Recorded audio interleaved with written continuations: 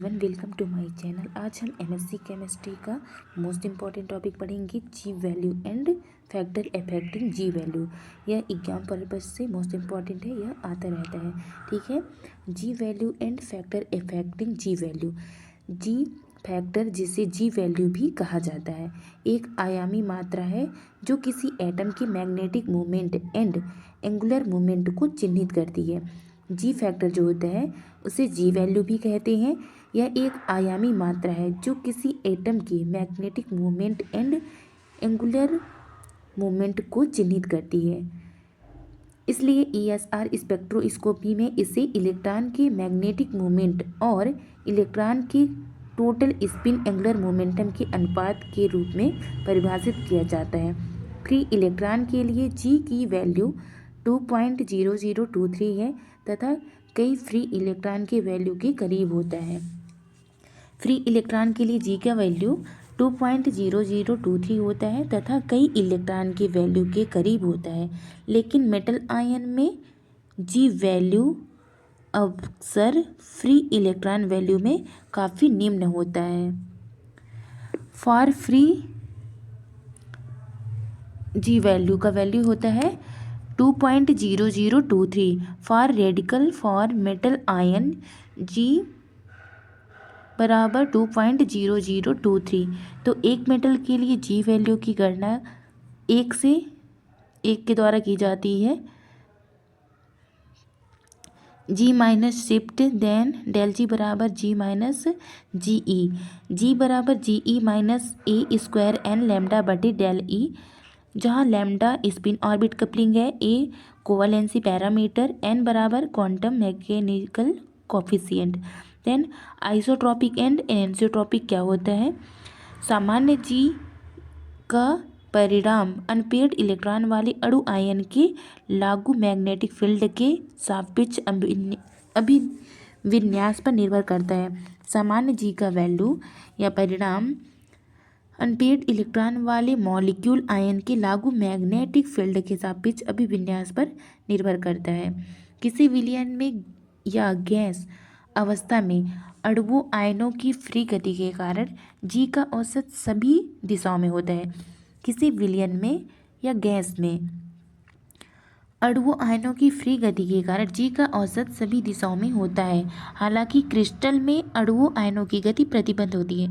जो क्रिस्टल होते हैं उसमें अणु या आयनों की गति प्रतिबंधित होती है। इसलिए यदि पैरामैग्नेटिक रेडिकल या आयन पूर्णतः धनाकार क्रिस्टल साइट अर्थात ऑक्टाहेड्रल और टेट्राहेड्रल साइट में स्थित है तो जी वैल्यू क्रिस्टल के अभिविन्यास से स्वतंत्र होता है और इसे isotropic the spectra appears is isotropic. Lower symmetry वाले क्रिस्टल साइट में जी वैल्यू क्रिस्टल के अभिविन्यास पर निर्भर करता है और इसे एनेंसियोट्रॉपिक कहते हैं। लोअर सिमेट्री वाले क्रिस्टल साइट में जी वैल्यू क्रिस्टल के अभिविन्यास पर निर्भर करता है और इसे एनेंसियोट्रॉपिक कहते हैं। देन यहाँ पे डायग्राम बना है आइसोट्रॉपिक एंड एनेंसियोट्रॉपिक का। जेड एक्सिस को हाईएस्ट फोल्ड रोटेशन एक्सिस के साथ संयोजित किया जाता है, जिस एक्सरे क्रिस्टलोग्राफी द्वारा निर्धारित किया जा सकता है, और जी जेड वैल्यू जी यू के बराबर होता है। जब Z axis external magnetic field के समांतर होता है तो जी वैल्यू प्राप्त होता है। एक्स और वाई एक्सिस की जी वैल्यू जी एक्स और जी वाई के जी वाई हैं जो जी के बराबर हैं। External magnetic field Z axis के लंबवत होने पर प्राप्त जी वैल्यू यदि मैग्नेटिक फील्ड और जेड एक्सिस के बीच का कोण हो तो प्रायोगिक जी वैल्यू निम्न प्रकार दिया जाता है। जी स्क्वायर बराबर जी 11 स्क्वायर कॉस 2 थीटा प्लस जी 11 square sine square theta. Gas atom ion में अनपेयर्ड इलेक्ट्रॉन के लिए जी वैल्यू जिसके लिए रसल साउंडर कपलिंग एलएस कपलिंग लागू होता है अभिव्यक्ति द्वारा दिया जाता है। जैसे जी बराबर 1 plus J plus 1 plus S plus 1 plus L plus 1 बटे जे प्लस 1। एक फ्री इलेक्ट्रॉन के लिए एस बराबर 1/2 1 बराबर 0 एंड J बराबर 1/2 इन वैल्यू की समीकरण में रखें तो G का मान 2.0 आता है, जो फ्री इलेक्ट्रॉन के वास्तविक मान 2.0023 के समान होता है। Point G value on the basic of geometry of a complex. यदि कंपाउंड एक्सियली सिमेट्रिकल है तो यह G के लिए दो अलग अलग वैल्यू देता है। एग्जाम्पल के लिए trigonal, bipyramidal, square pyramidal, square plane, elongated octahedral.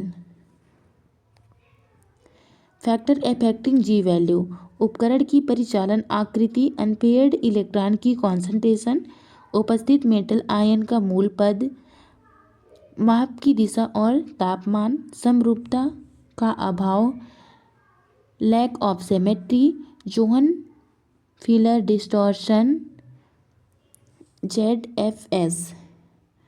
ठीक है, thank you so much. Like and subscribe करें।